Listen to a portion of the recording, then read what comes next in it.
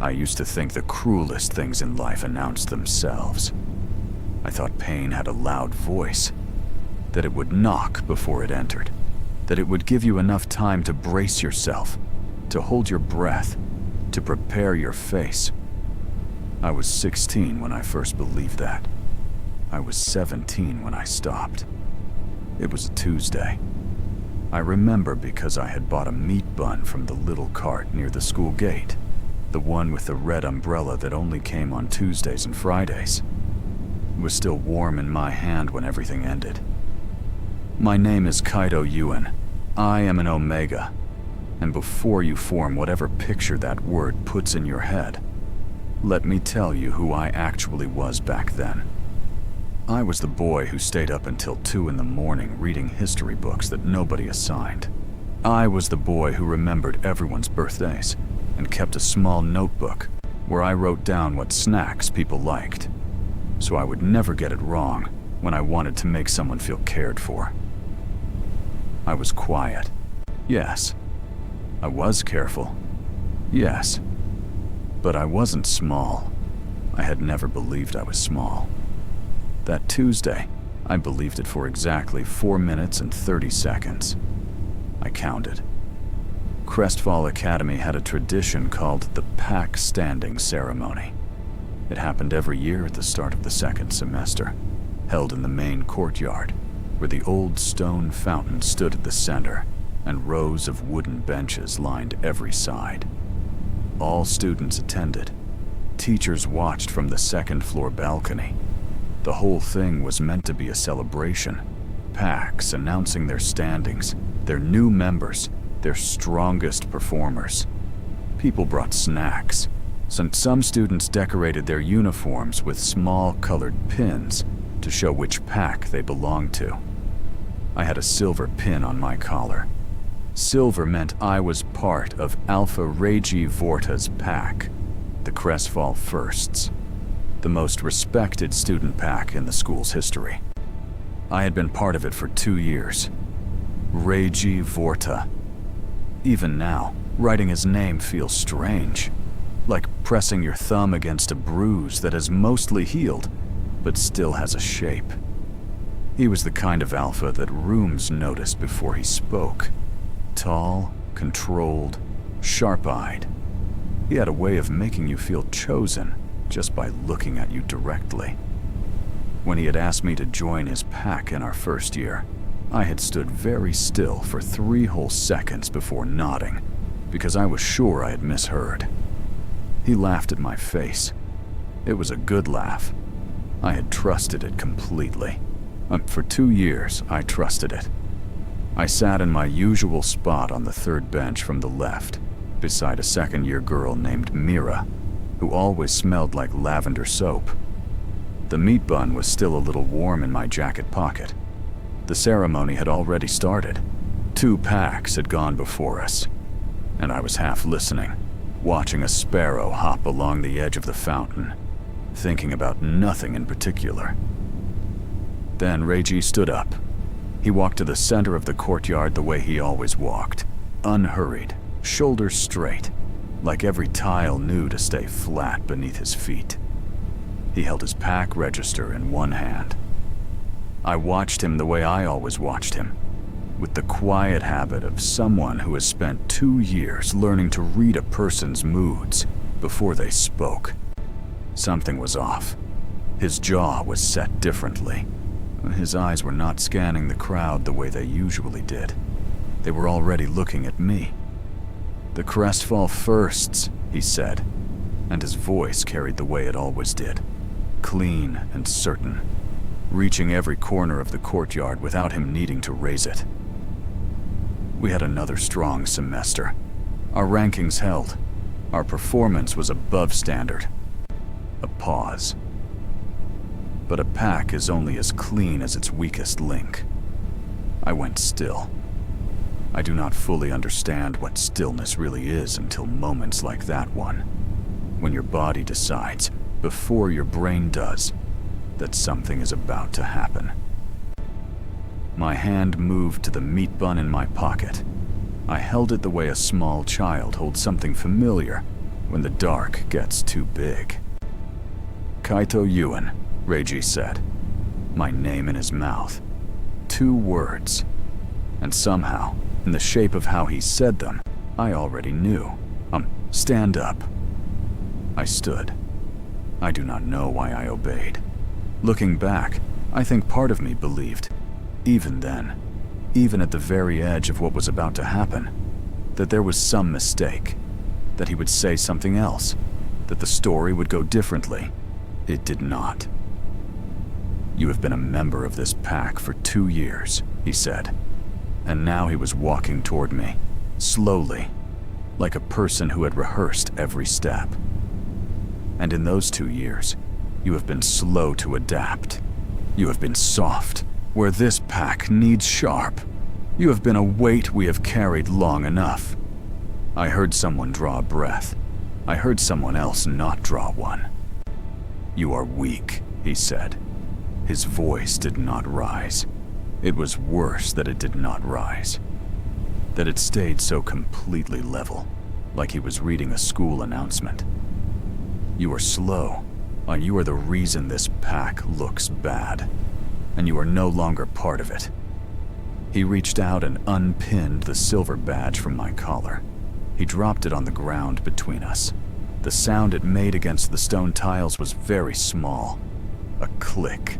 Nothing more than a click. And yet it was the loudest thing I had ever heard. I looked at the badge on the ground. Then I looked at him. He had already turned away. He was walking back to his spot, reopening his register, already moving on to the next part of the announcement. I was not even worth the pause. Someone laughed. One person. A sharp sound from somewhere in the benches to my right. Then someone else did. Then I heard the sound of phone cameras, the soft, repeated click of screenshots being taken.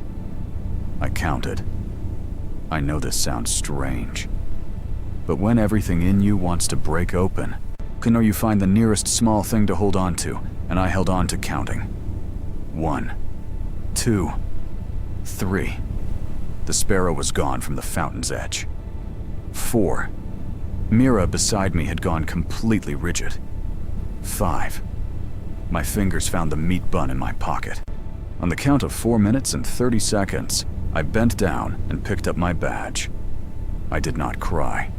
I want to be very clear about that. Not because crying would have been weakness, but because something in me refused to give that courtyard my tears. Those were mine. They were not for a crowd that was already looking at me the way people look at something that has been discarded, with a kind of mild, brief curiosity before they look away. I put the badge in my pocket next to the meat bun. I sat back down. I watched the rest of the ceremony with my hands folded in my lap, my face arranged into something that I hoped looked like calm, and I did not speak to anyone. That was the last time I let anyone make me feel like a dropped thing. I did not go to afternoon classes. I went to the school library, not the main one near the front building, but the small one at the back of campus that most students forgot existed. It had low ceilings and old wooden shelves, and it smelled like paper and the particular quietness of things that have been left undisturbed for a long time. I sat at the table in the very last row, behind the section on regional cartography, and I put the meat bun on the table and looked at it. I had not eaten it. I realized I had been carrying it in my hand, or my pocket, this entire time, like a small companion. I almost laughed. I think it would have been a very strange laugh if it came out. The kind that sits right next to crying. So I pressed my lips together and just breathed instead. That was when I heard the chair move. I looked up. A boy sat down across from me, not hurrying, not hesitating, just sitting, the way you do when you have decided that something is simply where you should be. I had seen him before in passing, a second-year student, an alpha, I could tell from the quieter kind of steadiness they carried. Light brown hair, dark green eyes that were calm in a way that felt genuine and not performed. He was carrying a book under one arm and a small cloth bag, and from the bag, he took out a flat box of sweet rice crackers and set it on the table between us without a word. Then he opened his book. I stared at him. "What are you doing?" I said. He glanced up. "Reading." He looked at the crackers, then at me. "You looked like you needed something good. You do not have to take one. I just wanted them to be available." I did not know what to say to that, so I said nothing. And after a moment, I took a cracker. His name, I would learn later, was Soren Nail. But I didn't ask his name that day. That day, he was just the boy who sat across from me in the back of a forgotten library and offered crackers without making them feel like charity. It was the smallest thing. It was also, somehow, the thing that kept the afternoon from becoming something I could not survive. I went home that evening the long way, through the back streets past the old canal, where the water moved slowly and the evening light went orange and then pink along the surface. I needed the extra time. I needed to be somewhere between the school and home for a while. I'm in the in-between space where nobody expected anything from me. Our apartment was small and warm, and always smelled like the dried herbs my mother kept in little cloth bags above the kitchen window. She had passed away 3 years ago. It was just me now, and my grandmother's things that I had kept in 2 boxes under my bed. Her books, her notebooks, her letters, and the small brass key she had given me when I was very young and told me to keep safe without ever telling me what it was for. I made rice for dinner. I ate it at the table. I did the dishes. I moved through the apartment the way you move when you are pretending to yourself that things are fine. And I was almost convinced until I sat on my bed and emptied my jacket pockets. The silver badge, the half-eaten meat bun, cold now. And there, and somehow also in my pocket, a letter I had never put there. I frowned. It was a cream-colored envelope, sealed with a small pressed wax mark that I recognized immediately. A running crescent moon inside a circle. My grandmother's mark. I had seen it on every letter she had ever sent. But this envelope was new. The paper was not old or yellowed. And the handwriting on the front, my name, Kaito, in her familiar slanted letters, was fresh. My hands were not entirely steady when I opened it. Inside was a single folded page and a small brass key, the same kind as the one under my bed, but older, more worn, with a tiny number etched into its side. 7. I read the letter 3 times. It said, "My dear Kaito, if you are reading this, then the pain has found you. The real kind. The kind that comes from a person you trusted. I am sorry. I wish I could have stood next to you. But I want you to know what you carry. The Yuen bloodline has always been Omega. And Omegas like us have always been told we are the soft part, the small part, the part that can be put aside. That is a lie that people who are afraid of us tell themselves. You are always the special one, not in the way that feels sweet and easy, in the way that is quiet and deep and grows through hard ground. Our gift does not come in peacetime. It comes through pain. Take the key. Find Silverstone House. Ask Master Len. He will know you by your eyes. Trust the process even when you cannot see where it goes. I love you more than all the words I have ever written. Grandmother." I sat on my bed for a long time after that.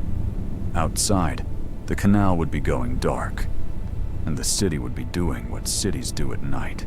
Moving, breathing, carrying on as if no one inside it had just had the floor fall out from under them. I held the key in my palm. It was warm. the way metal gets warm from being held.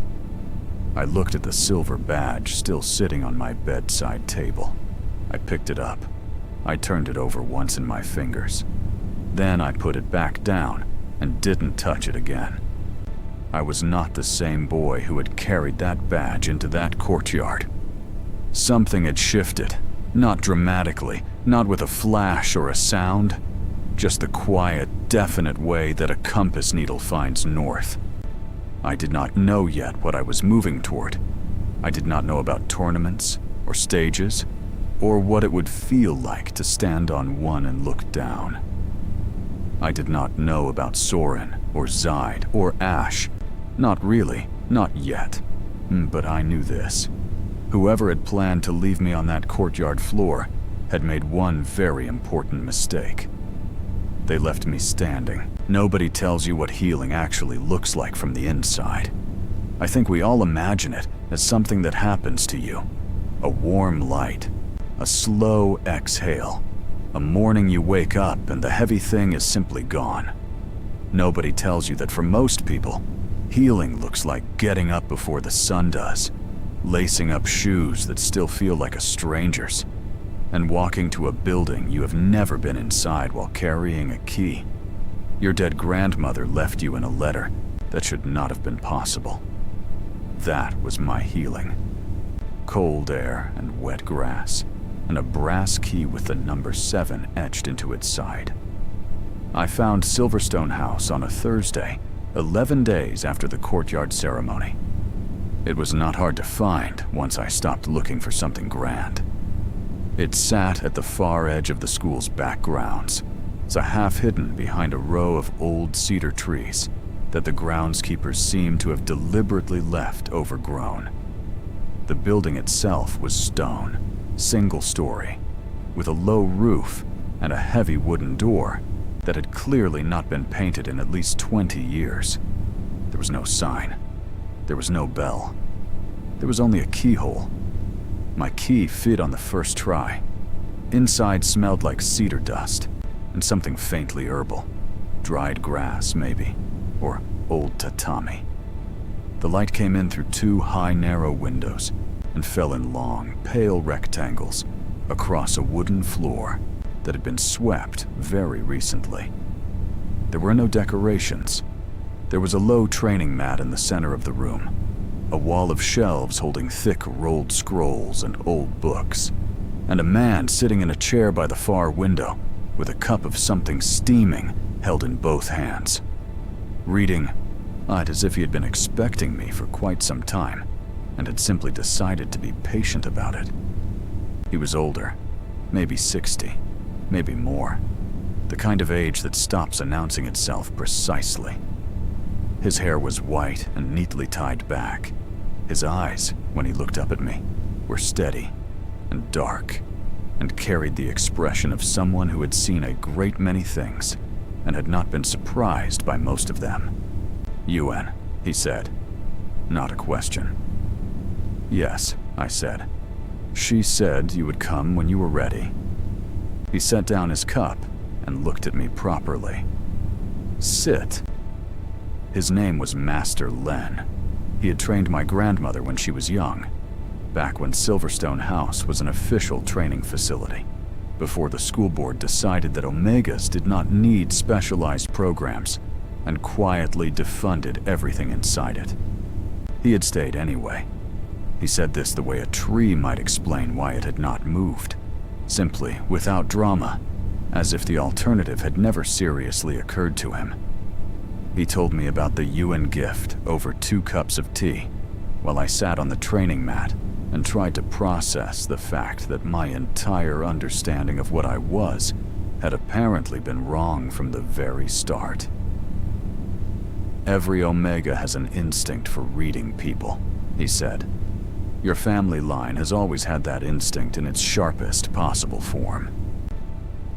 We call it bond reading, the ability to feel the truth of a connection, whether the bond between 2 people is real or hollow, whether trust has been broken before words have been spoken, whether someone's care for you is given freely or given as a tool. He looked at me over the rim of his cup. It does not work in peacetime. The gift lies dormant until the person has experienced genuine betrayal, until the heart has been cracked open enough to see clearly. I thought about Reiji dropping my badge on the courtyard stone, about the flat, unbothered way he had turned and walked away. So it took being humiliated, I said. It took being broken open, he corrected gently. Those are different things. One is about shame. The other is about growth. You were not humiliated, Kaito. You were unlocked. I sat with that for a long moment. Outside, through the high, narrow windows, I could hear wind moving through the cedar trees. I wanted to believe him. I was not entirely sure I did yet, but I held on to it the way I had held on to the meat bun on that Tuesday, because it was warm, and it was there, and I needed something to carry. When we began training the next morning, every day before school, 5:30 sharp, I was at Silverstone House. Master Len was always already there. He taught me in layers. First, physical endurance, because as he said, a sharp mind in a tired body is a dull blade. We ran the perimeter of the back grounds until my lungs stopped complaining about it. We did forms on the training mat, not to fight, but to learn how the body communicates before words do, how weight shifts before a decision is made, how breath changes when someone is afraid. He taught me strategy through old board games and case studies pulled from the scrolls on the shelves. He taught me how to speak in a room, not loudly, but in a way that made a room want to listen. And slowly, carefully, he began teaching me to use the bond reading. It felt at first like trying to read something written in a language I half remembered from childhood. There were moments, small and flickering, where I would be near someone and feel a kind of texture to the space between us. A warmth, or a sharpness, or something that sat underneath conversation like a current beneath still water. It was not reliable in those early weeks. It came and went. But it came more and more often, and I was beginning to learn the difference between its shapes. Warmth meant truth. The bond was real. Sharpness meant performance. The bond was being used. That was the week everything between me and the three alphas quietly shifted. Soren Nile had not stopped showing up. He did not make it into a thing. He never announced that he was choosing to spend time near me, or never asked permission or made a fuss about it. He simply appeared, the way reliable things do, in the places where I happened to be. The back library on Mondays, the smaller courtyard near the science building where I ate lunch when I did not want to navigate the main cafeteria. He always had a book. He always had something small to eat that he split without asking. Once it was the tea I had mentioned offhandedly liking 3 weeks earlier, the kind with roasted rice in it, slightly smoky, and he handed it to me in a paper cup without looking up from his reading, and said, "They had it at the cart near the east gate." I stared at the cup. "You remembered that?" He looked up then, with the small, honest expression of someone who had not calculated the weight of what they had just done. "Of course," he said, and went back to his book. The bond reading told me, without question, without the slightest flicker of sharpness, that he meant it. Every time I was near Soren, it was warm, uncomplicated, like standing near a window on a cold day and feeling the sun come through the glass. I was not ready for what I felt about that. So I did not look at it too directly, the way you learn not to look directly at the sun, not because it is bad, but because you are not sure yet that you are ready for how much light it carries. Zaid Kuro was a different experience entirely. He was Soren's closest friend, and where Soren was steady, Zaid was sharp. He was the kind of alpha who seemed to move through rooms like a chess player moves through a game. always 3 steps ahead, always calculating, his dark eyes taking in more than he ever let on. He was not unkind, but he wasn't warm either, or at least he worked very hard at not appearing to be. He did not speak to me directly for the first 2 weeks. He simply kept appearing, at the edge of conversations, across the cafeteria, near the school gate on mornings when I was walking in. And every time he appeared, the bond reading gave me something I did not expect from him. Not sharpness, not performance, conflict. Like 2 currents going in opposite directions. He wanted to be near me, and he was angry at himself for it. That was what it felt like. Not anger toward me, but inside himself. Like a person arguing with their own feet for walking a direction their mind had not approved. I found it oddly moving. I did not tell him that. What I did notice was this. One afternoon in the main cafeteria, a 3rd-year alpha named Brego, loud, too comfortable in crowds, the kind of person who performed confidence because the real version had never come naturally to him, said something in my direction as I was walking past with my tray. Something about omegas eating at the wrong table. Something meant to get a laugh from the people around him. He got 1 sentence out. 1. Because Zaid Kuro, who had been sitting 3 tables away with his back to me, turned around and looked at Brego with an expression so completely still and cold that the laugh in Brego's throat appeared to simply dry up and vanish. Zaid did not speak. He did not move from his seat. He simply looked at him for exactly long enough that Brego picked up his tray and found somewhere else to be. Then Zaid turned back around and continued eating. I stood there holding my tray for a moment, then sat down at the nearest seat.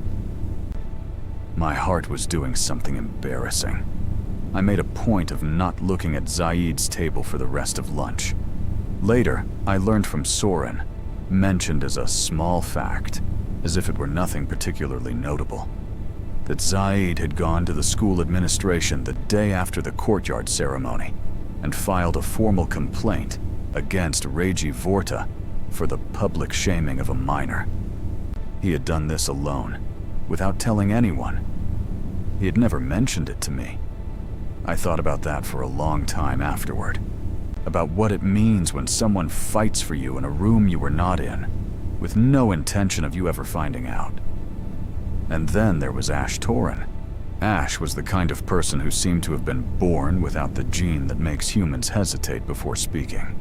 But he was loud in the best way, not because he wanted attention, but because he seemed genuinely unable to contain his own aliveness. He laughed with his whole face. He had approximately 4 different voices he used depending on the situation, and I had already cataloged all of them by the 3rd week without meaning to. He had somehow decided, without any formal conversation about it, that I was now a part of his daily life. "Good morning, Kaito. You look like you slept on a rock," he said one morning, falling into step beside me with a bread roll in his hand, unbothered and beaming. "Good morning," I said. That was a compliment, by the way. Rock sleepers have excellent posture. He broke the bread roll in half and handed me the larger piece without looking. "Soren said you have been training before school. Ah, how early." 5:30. He made a sound of theatrical suffering. That is not a time. That is a punishment. I found myself almost smiling. The almost smiling was new. It had been a while since smiling felt like something that was available to me without effort. And I noticed it the way you notice a muscle starting to work again after a long time of not using it. Ash brought me into his wider circle of friends with the casual ease of someone who had never once considered that I might need convincing. He introduced me as Kaito, who is basically essential now, which I thought was a strange thing to say about someone he had known for less than a month. But nobody in his circle questioned it.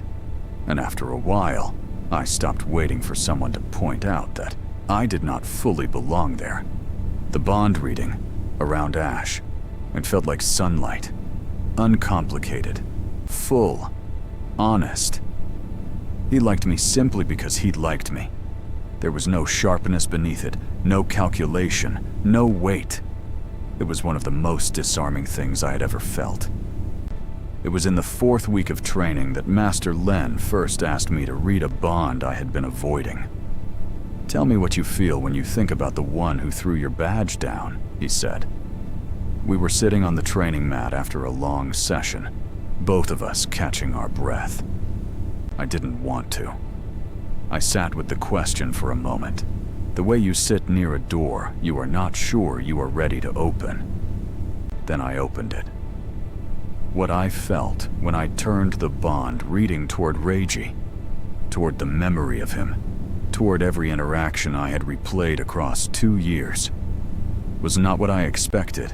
I had braced for the sharpness of a performed bond. I had thought I would feel the cold edges of someone who had always been using me. Instead, I felt something more complicated. Fear. Old, layered fear. Not of me exactly, but of becoming less than me. Reiji had been watching me for 2 years. Not because he hated me. Because somewhere underneath his controlled, carefully constructed certainty, he had seen something growing in me that he did not know how to stop, and it had frightened him deeply. He had not thrown me away because I was weak. He had thrown me away because he was afraid of what I would become. I sat with that truth for a long time. It stung, not the way the ceremony had stung, but in a quieter and more complicated way. Because it meant the betrayal was not an accident. It was not cruelty for cruelty's sake. It was a calculated, deliberate act of fear, and 2 of the people I had believed were my friends. Inside that pack had helped him plan it, feeding him information, timing, choosing the exact moment that would cause the most damage. They had been performing warmth for 2 years. 2 years of sharpness beneath every smile. I breathed in slowly. I breathed out. "What do you feel now?" Master Len asked quietly. I looked at my hands for a moment. "Clear," I said. "I feel clear." He nodded, like that was exactly the right answer. I walked back to the apartment that evening and found, slipped under my door, a printed notice from the school board. Someone had torn it off the announcement wall and brought it to me directly. I did not know who, not yet. It was the entry sheet for the Crestfall Annual Leadership Tournament, open to all students. Applications due in 3 weeks. Reigning champion, Reiji Vorta, 3 consecutive years. At the bottom of the sheet, in small, neat handwriting I would later recognize as Zaid's, someone had written 4 words. "You should enter this." I read the sheet twice. I folded it carefully and placed it on the table next to my grandmother's letter. I made dinner. I sat. I thought about the sparrow that had been on the fountain's edge before everything broke open that Tuesday. Small, unbothered, completely unaware of the size of everything around it. I wrote my name on the application form that night. I did not sleep until very late, not because I was afraid, but because something in me, something new and quiet and steady, like a compass needle that had finally, nor fully found its north, had woken up all the way for the first time. And when something like that wakes up inside you, it is not a thing you simply roll over and sleep through. Somewhere across the city, I imagined Reiji Vorta sleeping easily, the way people sleep when they believe the thing they feared has already been dealt with. He had no idea what he had unlocked. There is something nobody warns you about when you spend months becoming a better version of yourself in secret. They do not warn you that the moment everyone finally sees it does not feel the way you imagined. I thought it would feel like fireworks, loud, bright, impossible to miss. It felt nothing like that. It felt like standing very still inside something that was finally the right size for me. Quiet. Exact. Like a key turning in a lock that had always been mine. The Crestfall annual leadership tournament began on a Wednesday. I arrived alone, registration card in my pocket, a note from Master Len folded inside my left shoe. You already know everything you need. Walk like it, and nothing else. The student volunteer at the registration table checked my name twice before stamping my card. I thanked her and moved on. I was finding my seat when I heard them. 3 sets of footsteps from 3 different directions arriving at the same point at the same time. I turned. Soren from the east path, calm and steady, his eyes warm in a way he had completely stopped trying to hide. Zaid from the north entrance, hands in pockets, jaw set, looking like a man who had ended up here entirely by coincidence, and was mildly annoyed about it. Ash from everywhere at once, bread roll in hand, already talking. They had all signed up as my support team, separately, without telling each other, without telling me. I looked at the 3 of them. I looked at the courtyard, the same fountain, the same stone tiles, the same benches where a crowd had once laughed at the sound of a badge hitting the ground. My eyes started doing something I had not given them permission to do, and I turned away and breathed, and Ash said behind me in a voice that was quieter than his usual one. Genuinely quiet. Nothing performed about it. We are all here, Kaito. That is just what it is. I nodded once. I did not trust my voice enough for words. The tournament ran 3 days, and none of it was easy. Day 1, strategy. Day 2, physical trials and team coordination. And this was where my 3 alphas became something I still cannot name precisely.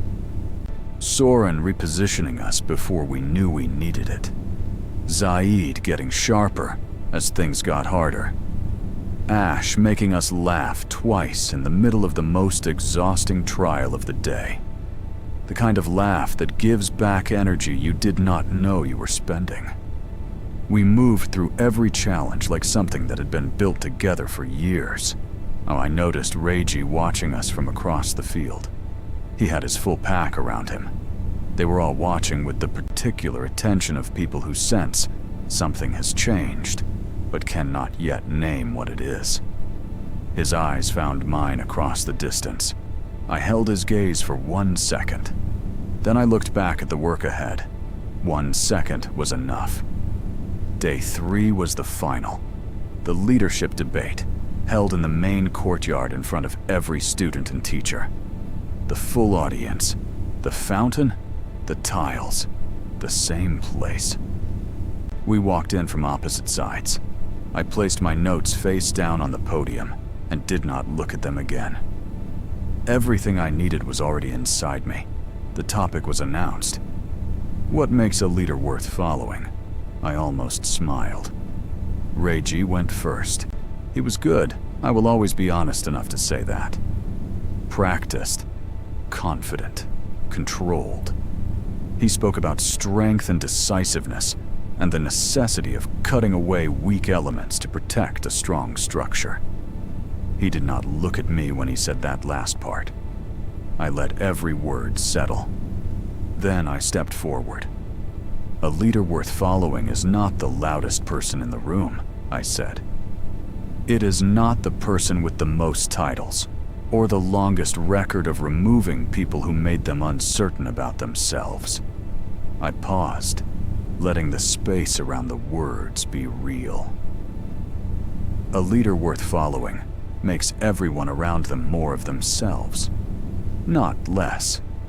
They build something that stands because every part of it was genuinely valued, not because every uncertain thing was discarded before it had the chance to become extraordinary. The courtyard was completely still. I know what it feels like to be called a weak link," I said. "I know what it sounds like when someone decides your value out loud, in front of an audience, without truth and without evidence. And I know, because I have spent months learning to read what lies underneath the surface of things, that the people who do that are not demonstrating strength. They are demonstrating fear. Fear of what you might become if they give you enough time. Fear that your growth will make the limit of their own potential visible to everyone watching." I looked at the judges. That is not leadership. That is fear wearing a title. Someone in the benches exhaled, slowly. Then I looked at Reiji. "You were afraid of me," I said, quietly enough that it felt almost private. "I understand that now. And I forgive you. Not because what you did was small, but because holding on to it would cost me something I worked too hard to build." I held his gaze. "But you should know that I see it. All of it. Clearly. And I am not the only one in this courtyard who does." Reiji Vorta stood at his podium and said nothing.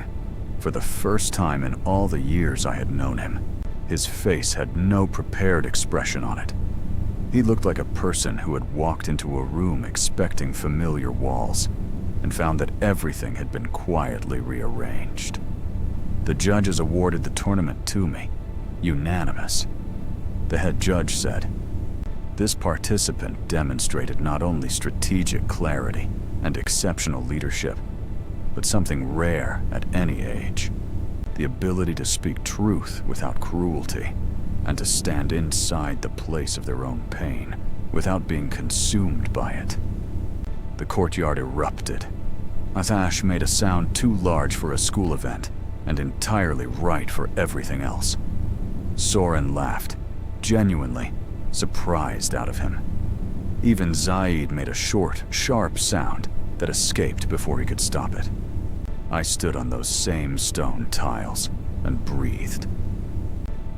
Reiji came to me an hour later, when the crowd had moved on and the courtyard had gone quiet. I was sitting alone at the fountain's edge. I heard his footsteps and knew them before I looked up.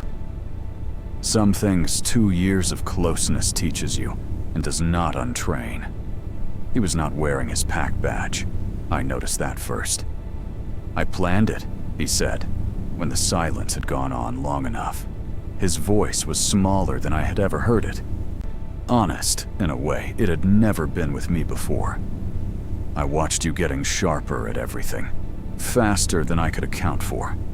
I told myself it was about the pack, about standards." He stopped. "That was not what it was." "I know," I said. "You knew?" "I learned to read it. All of it." I looked at the water. "You were afraid. 2 people I thought were my friends helped you time it perfectly. It was deliberate and it cost me something real." A pause. "And I forgive you. Not because you earned it. Because I choose to. Because putting this down is mine to do. And I am doing it today." "I don't deserve that," he said quietly. "No," I agreed. "But forgiveness is not about deserving. It is about what I want to carry forward. And I do not want to carry this." He nodded. He left. He did not get a clean redemption. He did not get me back.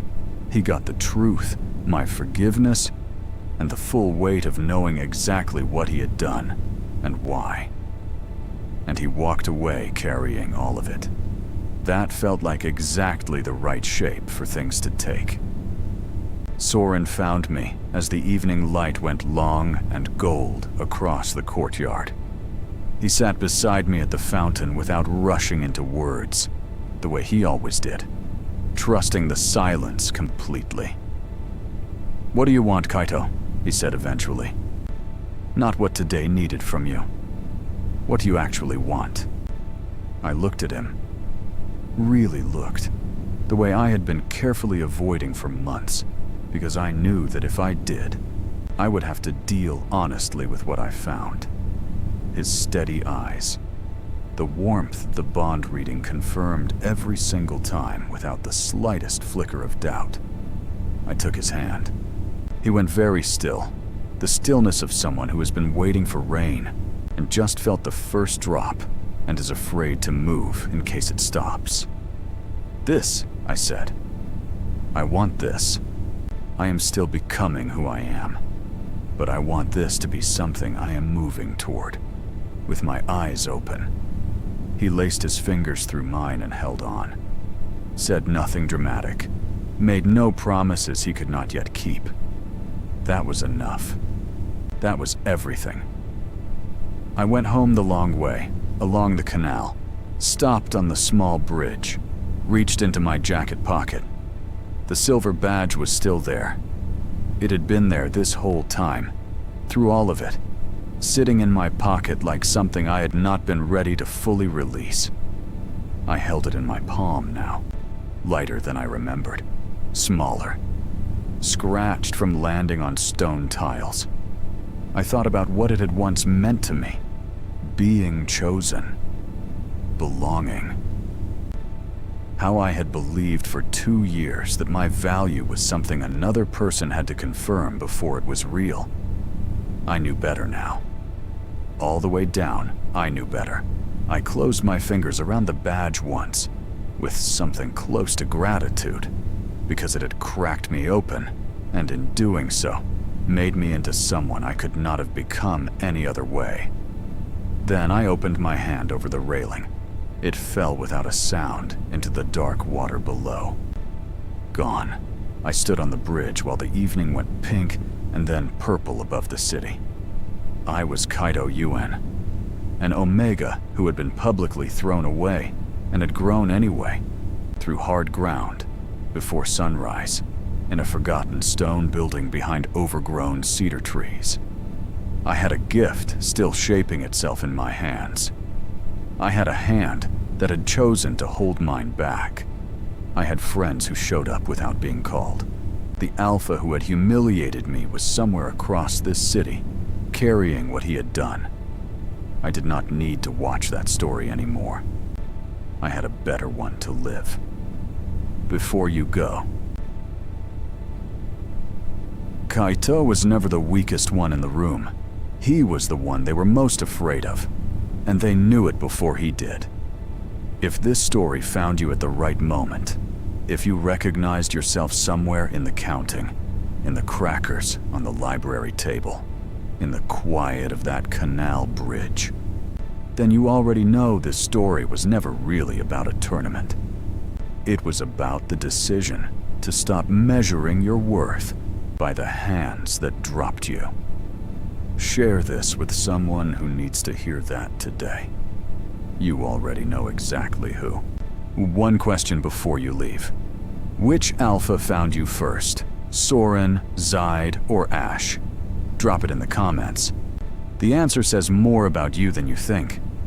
And if you want to see where Kaito goes next, a second arc, new threats, deeper bonds, the love story continuing past the courtyard, say so loudly. This story listens. Follow for new BL chapters every week. Full first-person arcs, Omegaverse romance, betrayal, healing, and the kind of love that does not ask you to shrink. Because some stories are not just entertainment. Some of them are mere